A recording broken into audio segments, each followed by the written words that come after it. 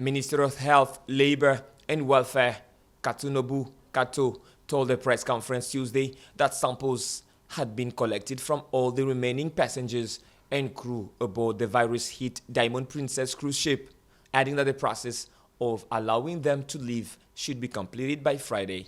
Anyone whose latest samples tested negative will be allowed to leave the ship with no other conditions, while those infected or who are tested positive will be required to be hospitalized. It is estimated that around 500 passengers will get off the ship Wednesday. The cruise ship was carrying around 3,700 passengers and crew from 56 countries and regions. A total of 88 new confirmed cases were reported Tuesday, bringing the total number to 542. The ship has been kept in quarantine off the port of Yokohama after a passenger from Hong Kong was found to be infected. The 80-year-old passenger flew to Tokyo in mid-January and boarded the ship on January 20th. He got off the ship on February 25th and went to hospital 6 days after leaving the ship. According to local media reports, passengers have been largely confined to their cabins, although they have been allowed to spend some time on deck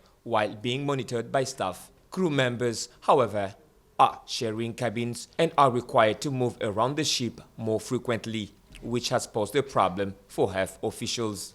In addition, other countries have started to evacuate their citizens from the cruise ship.